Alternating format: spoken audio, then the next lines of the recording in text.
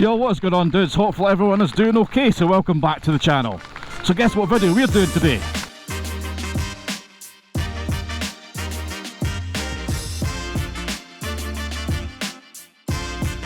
So I was just out recording another video there. I'll leave a link up in the corner if you want to go and check it out. It was on overtaking. The heavens have opened. So I thought, you know what, perfect time to do my riding in the wet video. So I'm going to give you some basic tips. Everybody's got their own kind of style of riding and everybody has their own tips for riding in the wet. So the first thing to remember is don't be scared to ride in the wet. Obviously, I wouldn't recommend going out on a day like this.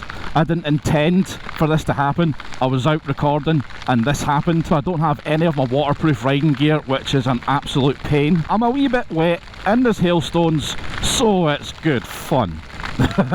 So you don't need to be scared. If you get a chance to go out in the wet, go out when it's a little bit damp. Don't go out when it's like this. By going out and just spend a wee bit of time and realising that you do have a good amount of grip on wet days, it will make you feel a little bit more relaxed. You know, obviously, like I said, don't come out on a day like this.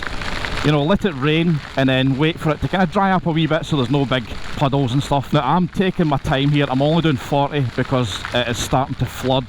I do not recommend riding out like this unless you get caught in it. So the next thing is to observe everything. We spoke about that a lot.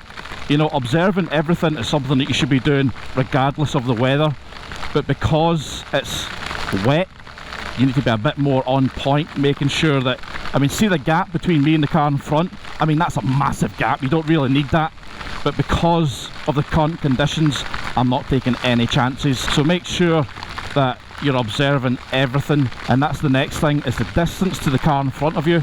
Make sure that's a nice big gap. So when you're learning to ride, you'll get to know something called the 2-second rule. And it goes, only a fool breaks the 2-second rule. So the way to do that is when you're following a vehicle, when it passes a stationary object like a lamppost, a traffic light, say to yourself, only a fool breaks a 2-second rule. And if you're able to say that before you pass that stationary object, you're at a nice safe distance. Now that is in the dry. So in the wet, you want to at least double that. So I don't know if there's a saying for it, but I suppose if you said it twice, only a fool breaks a 2-second rule, only a fool breaks a 2-second rule. That will give you a good kind of 4 or 5 second gap. I am like a prune. It's like I've been in the bath for ages, man. I can feel my fingers starting to shrivel. So one thing you need to be aware of when you're out in the wet is just now, I cannot see what condition the road is because there is a lot of water on the road.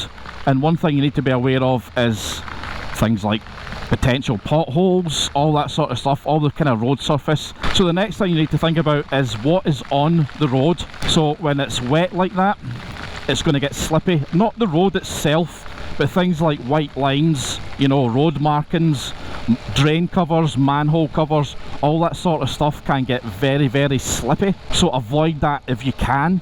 If you do need to go over it, you need to go over it as straight and upright as possible, and at a very, very steady pace. You know, don't go flying over it. Also, if you can, avoid puddles, because puddles can hide things.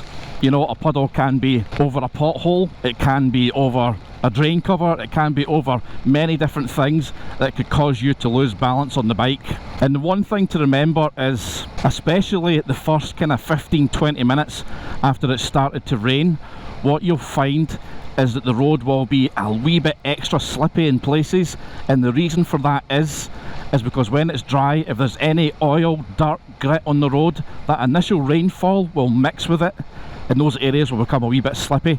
But after a good downpour, that'll kind of wash away, or wash away to the side of the road and stuff. That initial ride in the rain, you know, from dry to wet, it can be a wee bit slippy, so just bear that in mind. And the next thing is gear. Make sure you take your waterproofs with you if you're going out. I didn't think it was going to rain, and yeah, we are absolutely soaking. Thankfully it's dry here, so I think we've beat it. I think it's coming this way. My boots are full of water, my hands are absolutely soaking. I am wet through. Riding a bike is so much fun.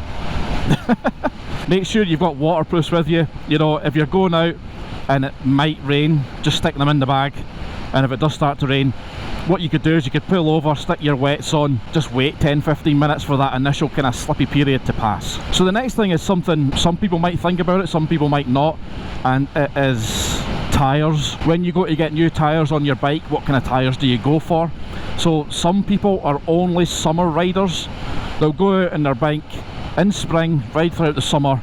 Once the colder, wetter weather comes in, they pretty much put the bike away in the garage and they don't touch it. You get people who will ride throughout the year. So when it comes to picking tyres, think about what kind of rider you are. Are you going to be a summer rider? Yes, well then maybe you just need, you know, the best dry day kind of tyres you can get. If you're going to be someone who rides throughout the year, what you can do is you can get a balanced tyre, so it gives you adequate grip in the dry and it gives you pretty good grip in the wet. So that's one thing to look for as well.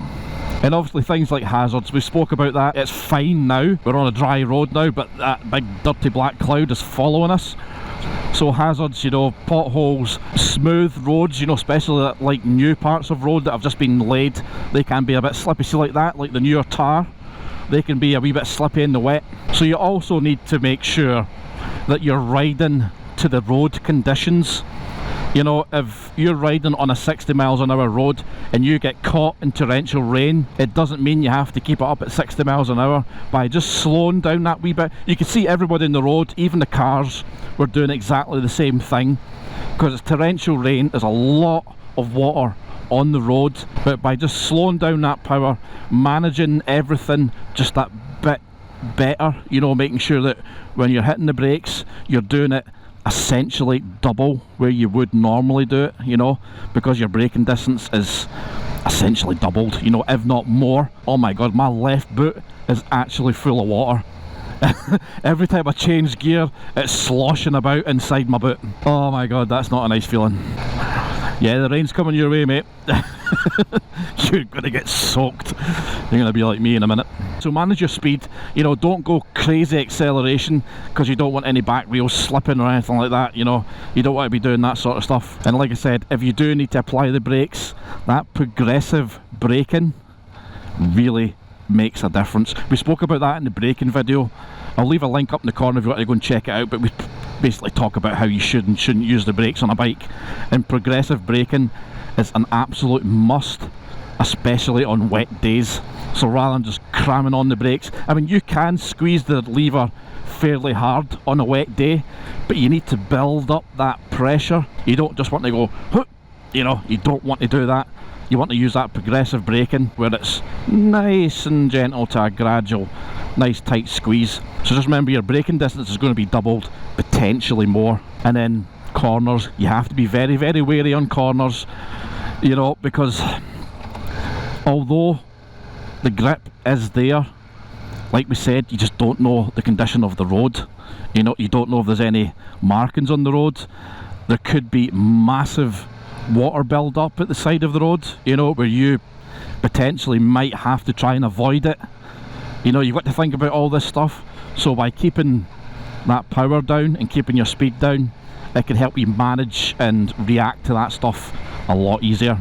And obviously one thing I would suggest you don't do on a wet day, unless it's absolutely essential, is to overtake. If it's a little bit damp, yeah, you can probably get away with it a bit more, but if it's absolutely pouring with rain, no, don't do it. You know, just wait, take your time. No reason for you to rush or put yourself in harm's way.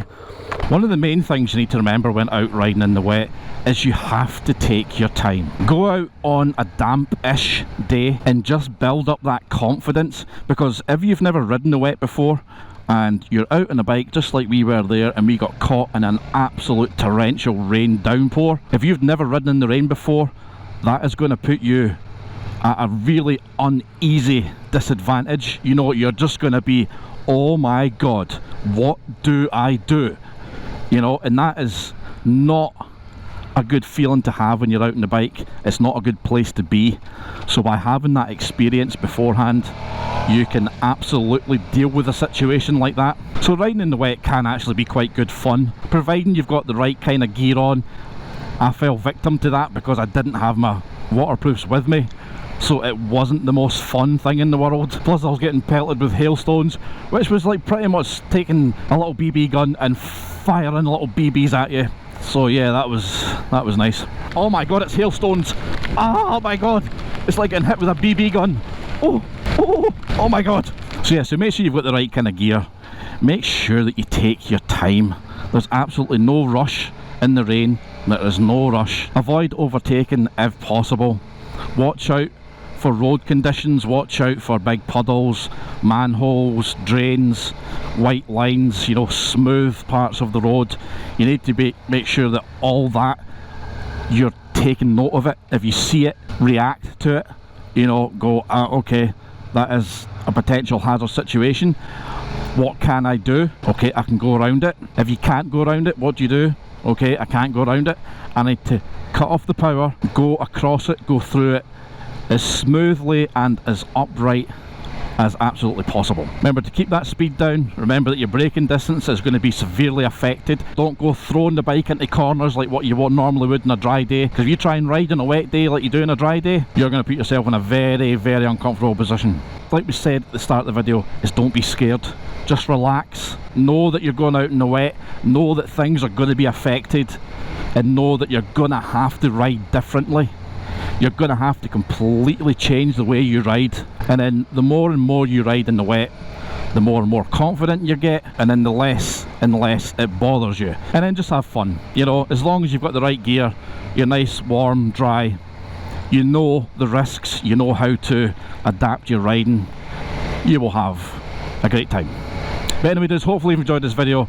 If you have, guys, give it a thumbs up. I really do appreciate every single one of your likes, and of course if you want to see all of my uploads, click on that subscribe button and ring the bell while you're there. That way you'll get notified every time I upload a video. But until next time dudes, stay safe, ride safe, and take it easy.